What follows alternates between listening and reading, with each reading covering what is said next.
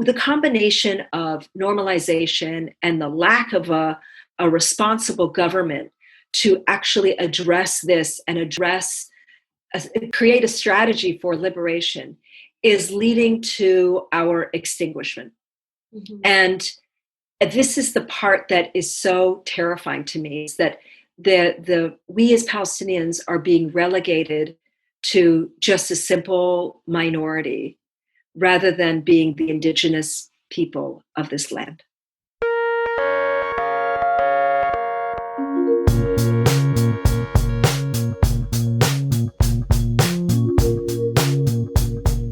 Welcome to the Mondoweiss podcast. At Mondoweiss, we cover the moments, activists, and policymakers who affect the struggle for freedom in Palestine. I'm Yumna Patel, Mondoweiss' Palestine Correspondent.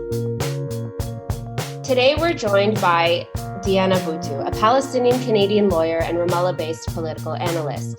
Diana is the former legal advisor to the Palestine Liberation Organization chairman, Mahmoud Abbas, and top Palestinian negotiators, and is also a policy advisor to Al-Shabaka, the Palestinian Policy Network. On today's episode, we're going to be discussing one of the most pressing topics relating to Palestine in 2020, normalization.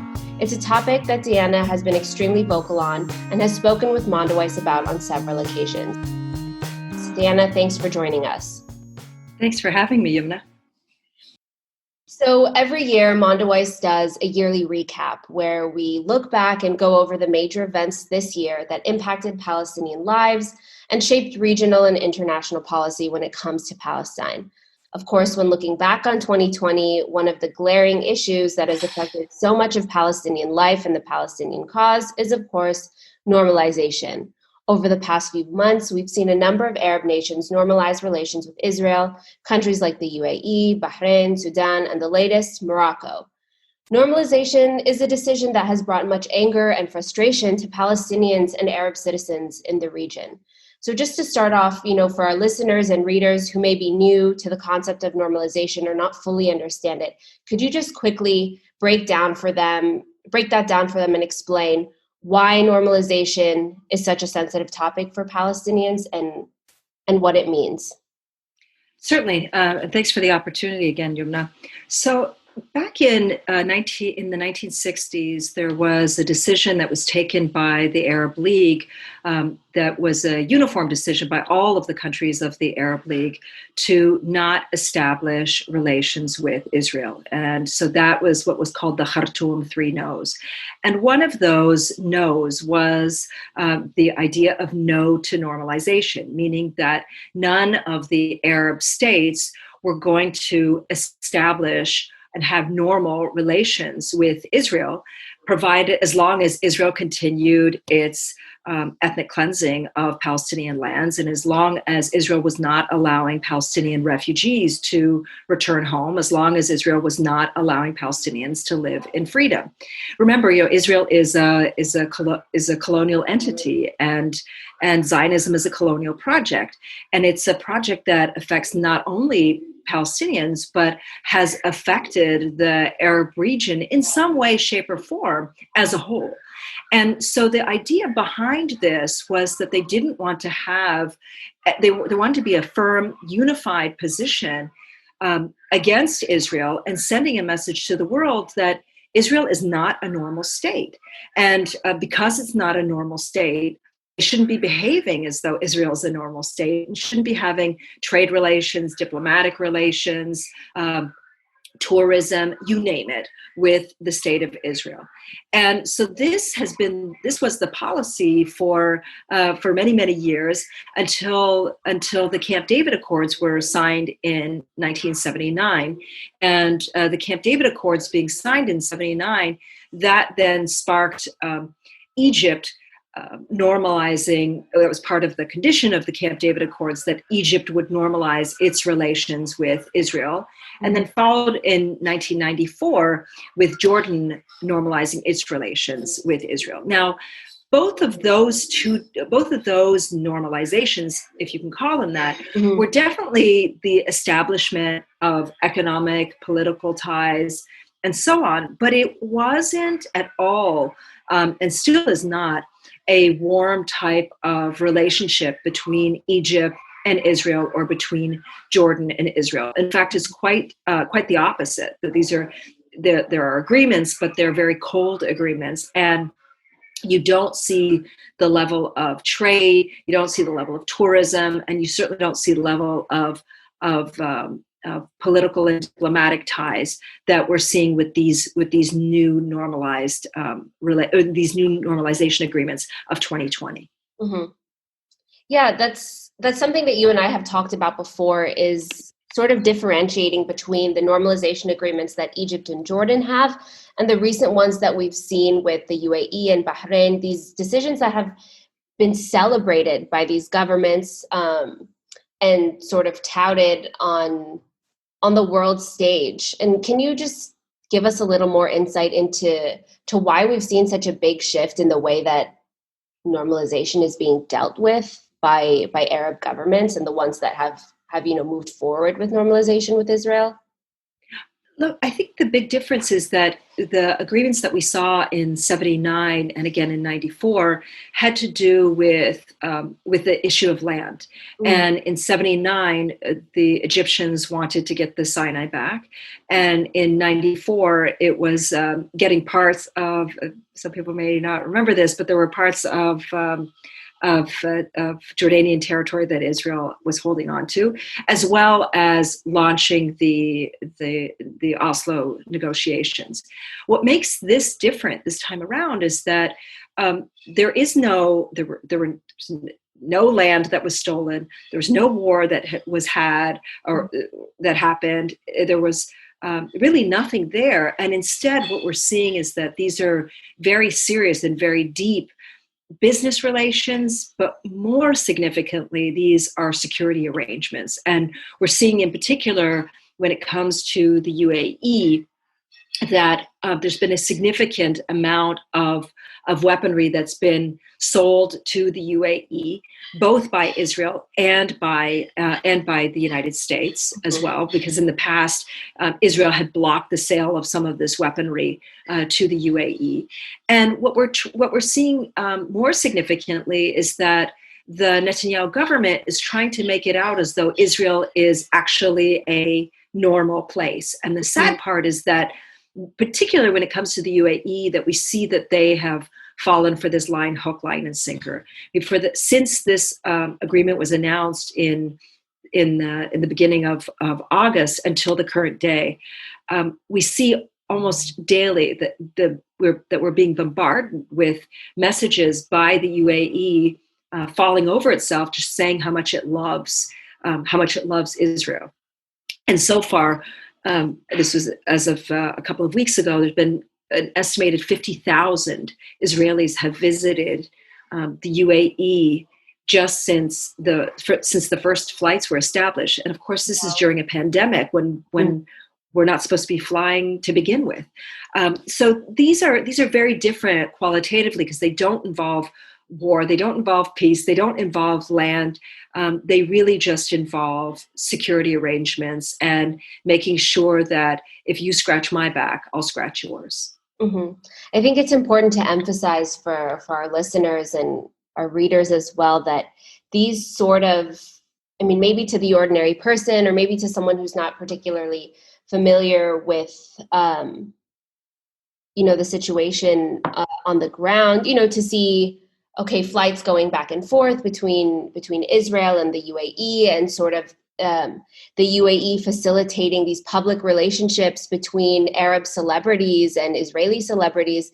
It's really quite shocking for Palestinians and for Arab citizens around the world to see these relations just being paraded in front of everyone. And it's really been quite jarring for people to see how widely it's being celebrated and accepted, at least on part of these major Arab, governments.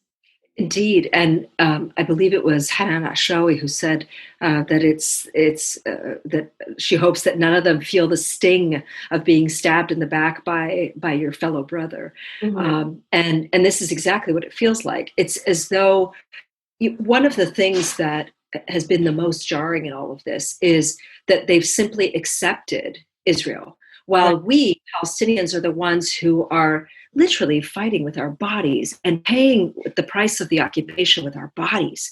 That they've just simply, a very powerful country has simply just accepted that Israel is going to continue to do what it wants to do, and they ignore us and hit the beaches of Tel Aviv. Mm-hmm. This is the part that has been so jarring, is to see these. It's not just a question of relations, but this over-the-top warm relations, as though they couldn't wait to sign these types of agreements. And some of the worst statements that I've heard have been from UAE officials who claim that this is being done for our own behalf, for our own good. Some said that they'll suddenly have power to push Israel. That's not true. If the United States can't push Israel, the UAE is suddenly going to push Israel. Right. Others have said that this is great for Palestinian citizens of Israel who are now open the doors, have doors open to the Arab world. We don't want those doors open if it's going to be at the cost of our own brothers and sisters who continue to be denied their freedom. And it's that level of patronizing ridiculousness that stings, we've been hearing every day since August. Right. On the topic of ridiculousness, normalization is obviously a topic you and I have discussed previously over the past few months. One of the major issues that you've highlighted in our previous conversations is the lack of strategy on part of the Palestinian Authority, the Palestinian government, when it comes to combating this wave of normalization in the region and the devastating effects that it's having on the Palestinian cause. So what exactly has the PA done or not done when it comes to normalization, and what are the long-term effects of this inaction on their part? What are those effects going to be on the Palestinian cause and the struggle for justice and liberation in the future? What have they done? Nothing. What haven't they done? Everything. That's the short answer. But look, I'll back up a little bit. So when the first agreement was announced, the UAE-Israel normalization agreement was announced, I know that the PA was caught by surprise. They said as much. And much of their hesitation in coming out against it had to do with the fact that there are an estimated 350,000 Palestinians who are living in the UAE. And they didn't want to have another Kuwait situation. They didn't want to criticize the UAE government and then have the UAE kick out those 350,000 Palestinians, right, just in the same way that Palestinians in Kuwait were kicked out of Kuwait in 1990, 1991, following the PLO's support of the PLO actually just standing in opposition to U.S. intervention in Iraq and Kuwait. And so that was the initial kind of hesitation. But that only explains part of the inaction, and it doesn't explain the rest of it. And since that time, as we've seen one agreement after another be signed, it's still been the same. What they've done is taken the same position, which is to say, hello, we're still here. Peace is only going to come if you focus on Palestinians. But it's as though they're screaming in the wind and not hearing it, and nobody's hearing them. They haven't done what's necessary to reach out to these governments. They haven't done what's necessary to reach out to the people who are living in these countries. Now, to be clear, and I forgot to mention it in my previous answer, these countries that have signed normalization agreements with Israel, these are monarchies and these are dictatorships. Mm-hmm. And it's very telling that Israel is in company with monarchies and with dictatorships. That's what it likes. They've always viewed the Arab world as a series of monarchies and dictatorships. And they like this idea. That's why they wanted to impose a dictatorship in the Palestinian Authority. Sure. So, the approach of the PA has not been to reach out to the people who are living in these countries, or to even explain why normalization is so detrimental, not just to the Palestinian cause, but to the cause of Arab freedom as a whole. Mm-hmm. As I was mentioning earlier, that Zionism has not just affected Palestinians. It's when you have a colonial project in the middle of a region, it affects the region as a whole. And we Arabs have not had self-determination, and one of the main causes is the presence of Israel, and its backing, the fact that it's been backed by Israel, by the United States for all of these years. And so I feel like there could have been a lot more done to reach out to the Arab world in general, to explain how this is impacting not just us, but them as well, and how it will impact us and not just them. But also to explain to the Western world just what normalization means. And what normalization means is that there is no way to hold Israel to account. We've already seen this. We've already seen that with those countries that have normalized relations with Israel, that these countries are so loath to criticize Israel, so loath to take any action against Israel because they want to maintain their relationship. I can tell you, for example, the country of my birth, I was born in Canada. When I met with representatives from Canada, they explained to me that they were very happy about normalization. And when I said to them, but how is it that you can be happy about a country normalizing with an occupier? Isn't your position to be opposed to occupation? They started to try to split hairs by saying, yes, we're opposed to occupation, but we need to recognize Israel. In other words, it takes the wind out of the sails of the BDS movement, and it instead forces these countries to try to split hairs as though the occupation is bad, but what Israel's doing inside 48 is somehow acceptable and okay. Well, what we really know is that it's the same treatment. Palestinians are treated as foreigners in their own country, right, whether those foreigners are living in 48 or whether those foreigners are living in the occupied territories of the West Bank and the Gaza Strip. Right. So, I mean, it's clear that the PA, right, has chosen silence, or rather inaction, essentially in the face of this regional and, as you explained, international threat to their cause. Aside from, you explained the sort of reasoning behind why the PA didn't really push back against the initial normalization deal between the UAE and Israel for fear of all the Palestinian residents that were living there. But can you give us some insight into why the PA has chosen silence and inaction? Why have they chosen this path of no resistance? That's a really great question. I think that a lot of it has to do with not wanting to rock the boat financially. The PA, as you know, is financially dependent upon foreign sources. They don't make enough money in tax revenues or value-added tax revenues to be able to pay for all of the PA's operations. It just doesn't. It's just not there. In fact, the shortfall is something like 40% every month. So 40% of the budget of the Palestinian Authority comes from foreign sources. Right. And given that you have such a shortfall, they're often looking to foreign countries to meet that shortfall, whether it's the Europeans, it used to be the Americans in part, the Japanese have often given large sums of money. But for quite a period of time, that money came from the Arab states individually and collectively. And I think that part of the fear was that they didn't want to rock the boat, in the fear that if they do, that this money won't come in, or if they do say something, that the money will instead go to Hamas in the Gaza Strip. And so that's been generally their guiding point. Now, that's not acceptable. That's just simply not acceptable to us any longer. And this is why you've been hearing people call for elections. I've called for election. I and others have been talking about it for quite some time.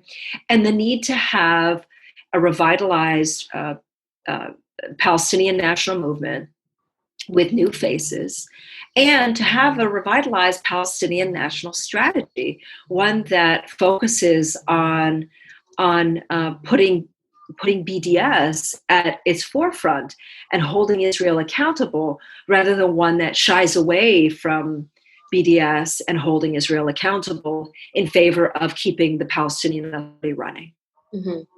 So, we were discussing sort of the reasons why the Palestinian Authority has chosen silence and inaction. And one of the major topics, obviously, that you mentioned, or one of the major reasons for this, has been basically money, right? It all comes down to money and where the PA gets their finances and who they rely on. One of the biggest foreign governments up until recently, under the Trump administration, that the PA had been relying on was the U.S. government. I want to move now onto this sort of current political climate in Palestine as it pertains to the U.S., especially with a new incoming administration under President-elect Joe Biden. So a lot of political analysts have indicated that the election of Joe Biden to the U.S. presidency has definitely caused a shift in the way the PA is approaching their overall strategy, if you can call it that, and diplomacy with the U.S. For months, the PA has boycotted diplomatic relations with the U.S. and with Israel over things like annexation and the U.S. peace plan in the region. Almost immediately after the U.S. election this November, the PA announced it would be reinstating security coordination with Israel and was working to reestablish ties with the incoming U.S. administration. Why has the PA decided to shift gears? Not necessarily to a new way of doing things, but essentially back to the same old strategy and the same old way of doing things that they were before, of peace talks with Israel under the auspices of the U.S. Why are they doing this? Are they just biding their time or trying to get financing from the U.S.? What is the motivating factor between this sort of, the motivating factor behind this, this strategy, per se, of the PA that we're seeing now? So, one of the things that that we were talking about was why is it that the PA has been so silent when it comes to normalization? I mentioned that it was for finances, but that doesn't really entirely answer the question. Mm-hmm. A lot of it is because, and this is in answer to the Biden administration as well, is that the PA has become a one-trick pony, which is to say that they have never gone down the path of being forced to analyze their strategy and assess it, or even think of a new strategy. Their position has always been negotiations lead to more negotiations, which lead to more negotiations. In fact, we used to joke that the alternative to negotiations was more negotiations, and that's the sad reality that we're living in. The issue of establishing security collaboration with Israel, it wasn't just that it was announced or that that they came out and said, look, we have no other option. It was proudly announced. And they have made it clear that their future, they being the Palestinian Authority, has made it clear that its future is in lockstep with that of Israel, that they're going to continue to act in coordination with Israel, because without that, there's no utility to the Palestinian Authority.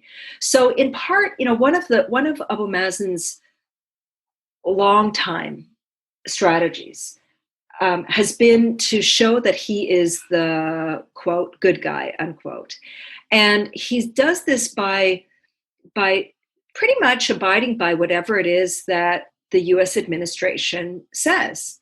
And with the idea being that if he shows that he's the good guy, then therefore he can show that Netanyahu, or whoever the Israeli leader is the obstacle, is the bad guy. And then therefore, his logic goes that the U.S. will then support him. And it's such a naive outlook on U.S.-Israel relations, and a naive outlook on world politics in general. But that has always been his way of behaving. So when Biden was elected president, the first step was to resume security collaboration because that's what the Biden administration wants to see. They don't want to see anything rocky. And step two will be to say yes to any negotiations that the Biden administration demands, because again, they want to be seen as being the good guys and not being seen as being the obstacles. And what that does is that it shows the US administration that we don't have any demands. We don't have anything that's being wronged against us. There are no grievances. It's just simply a question of two sides not getting along, and we have one side that's willing to go back to negotiations. And the whole thing just doesn't make any sense. But for Abu Mazen, who has been a long-time believer that somehow negotiations are going to lead to liberation, he's unwilling to see that negotiations have not brought us liberation. They've only brought us more and more suffering and entrenchment of the occupation. Right. So that's what I wanted to ask you. I mean, so the PA, as you said, wants to be seen as the good guys in the eyes of the US and wants to sort of maintain this line of continuing negotiations no matter the cost. But what end does that serve? What motive does that serve the Palestinian people and the Palestinian cause? I mean, because it seems like all that does is just maintain this facade of the PA as, this legitimate body or organization on the international stage, and does nothing else for the Palestinian people or the cause, and actually seems to be detrimental towards that. Correct. One of Abu Mazen's problems is that he views that the future of Palestine, the future of us as Palestinians, is intimately intertwined with the future of the Palestinian Authority, and that is intimately intertwined with his future. Sure. So it's this narcissistic way of believing that somehow, if he doesn't exist, that we won't exist. If the Palestinian Authority doesn't exist, that we won't exist. And we've also grown tired of putting our lives on hold, not only waiting for the next US administration, but we can't do anything because there's a new administration coming in, and so we can't rock the boat. Mm-hmm. And this has been our political life, is that I've spent so many years just hearing these leaders, hearing these people from the Palestinian Authority talk about, well, Clinton's leaving, Bush is going to be better. Well, Bush is leaving, Obama's going to be better. Mm-hmm. Well, Obama's leaving, Trump is going to be better. Well, Trump is leaving, Biden's going to be better. And then all throughout that process, any calls for reforms or elections have always been halted, or even reconciliation, always been stopped, because we can't do anything to rock the boat because Biden won't like it, or we can't do anything to rock the boat because Trump won't like it, and so on and so forth. And quite frankly, it's tiring. It's it's silly, and it's leading us nowhere. The combination of normalization and the lack of a responsible government to actually address this and create a strategy for liberation is leading to our extinguishment. Mm-hmm. And this is the part that is so terrifying to me, is that we as Palestinians are being relegated to just a simple minority rather than being the indigenous people of this land. Right. I mean, what, if anything, I think there was some glimmer of, I mean, I don't think you could call it hope, but some sort of anticipation prior to the US election that another 4 years of Trump could somehow, spell the end of the Palestinian Authority, at least as we know it, and perhaps by some miracle pave the way for some sort of change and progress in Palestinian society and Palestinian politics. But now, with the return to security collaboration and calls for, U.S. brokered peace talks on parts of the PA, it seems like that, as quickly slipped away just as fast as, it appeared to us. So what, if anything, could force the PA's hand and make them change their way of doing things? Or is that just wishful thinking that that's even possible? Oh, no, it's definitely not wishful thinking. We can force their hands, meaning that we as Palestinians can force their hand. And I just feel that there hasn't been enough of a push both inside Palestine and outside Palestine to demand that this change actually happen. Look, I'll be clear, I did not want to see Trump elected again because I know the ideology of the people who are surrounding him. Mm-hmm. This wasn't just a question of dealing with Trump, but it's dealing with the likes of Jared Kushner and David Friedman. These are people who are ideologically bent on our destruction. Now, to me, it doesn't matter so much that the PA gets destroyed, but I don't think that from those ashes, I don't think that through the destruction of the PA at the hands of Trump that somehow something great would have emerged, because it wasn't just a question of bringing down the PA, it was a question of bringing us down as well. They were going to do everything possible to eliminate us and our cause. Mm-hmm. I think the big issue now is that Abu Mazen shouldn't be given a pass at anything. He shouldn't be allowed to continue to behave as though things are normal, because they're not normal. And this is why I want to be seeing more and more people who are within the PLO resign, more and more people who are within the PA resign, and the PLC members. It would be wonderful for people en masse to be saying that this can no longer be done in our name. The big problem is that we're at a stage now with everything from the pandemic to these years of Trump to the bringing down of the Palestinian Authority and reducing the funding to the Palestinian Authority, that I just feel that people are hesitant at this point in time to really push that forward. I might be wrong, but this is the sense that I get. And I wish it would be different. And I wish that the change would come from those who are claiming to lead.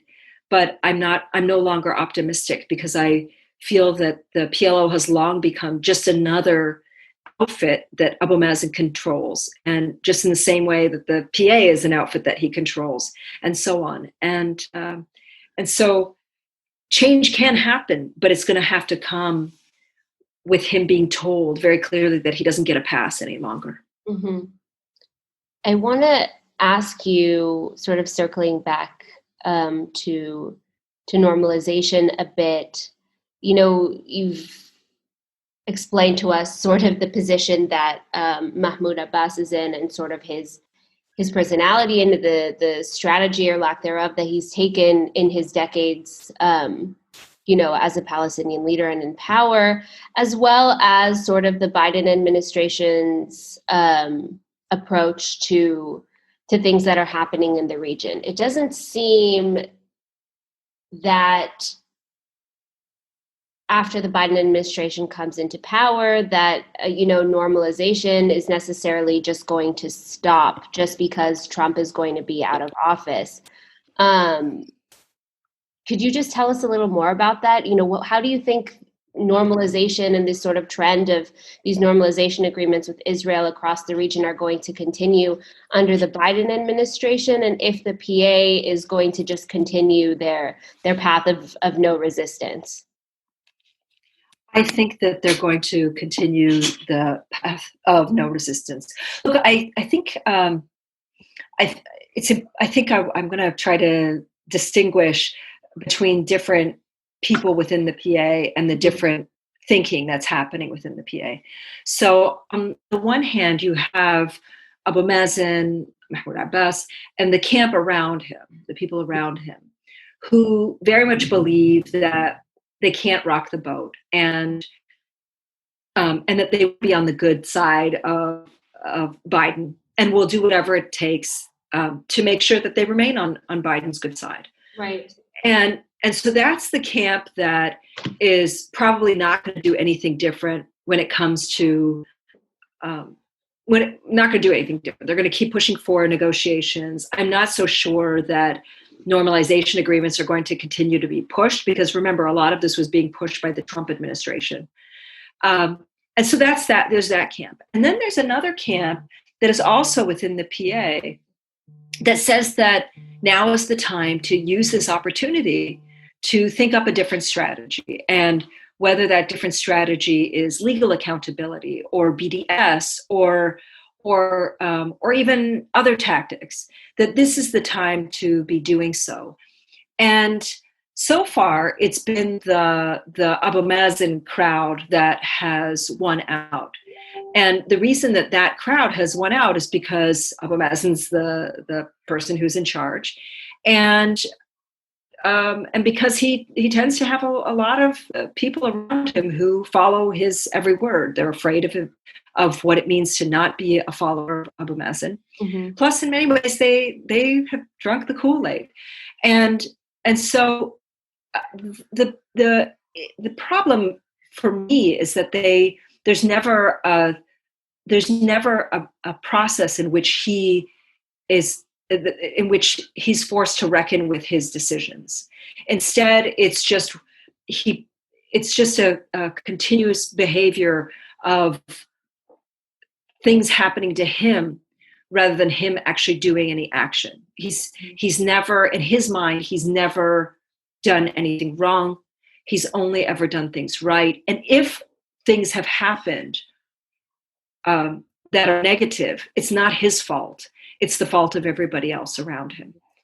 And so, circling back to normalization, unless that second camp starts to push forward and really say that we've got to stop this or do something about this or push for an alternative strategy, my fear is that the Abu Mazen camp is going to continue to win.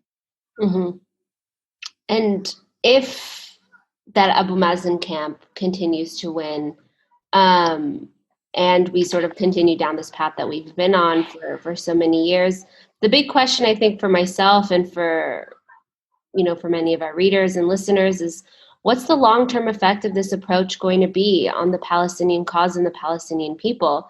We've seen what the effects have been in the past 20 plus years, but is this going to sort of sink Palestinians further into the disastrous reality of post-Oslo Palestine, or is this somehow, are we somehow going to get pushed in a different direction?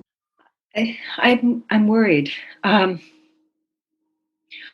One of the things that the Israelis have often pushed for, they've been trying to push this since the 70s, is the concept of economic peace. And what economic peace means is that you don't get any political rights, you don't get any freedom, but you get to at least having a, as they put it, decent life. And it's so this economic peace model was something that was pushed forward by Paris, and they used to be so obsessed with counting how many refrigerators we have or how many cars there were in the West Bank, all in an attempt to show that, why is it that Palestinians are complaining when they have sufficient refrigerators and sufficient number of cars and sufficient telephones? They don't, no need to complain. And this is the process this is where we are being pushed toward.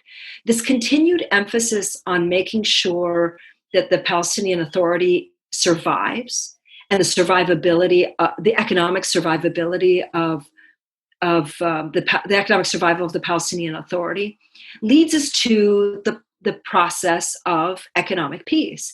Because once your focus is only on making sure that people are able to make ends meet, then you ignore everything else along the way. You ignore the issue of rights.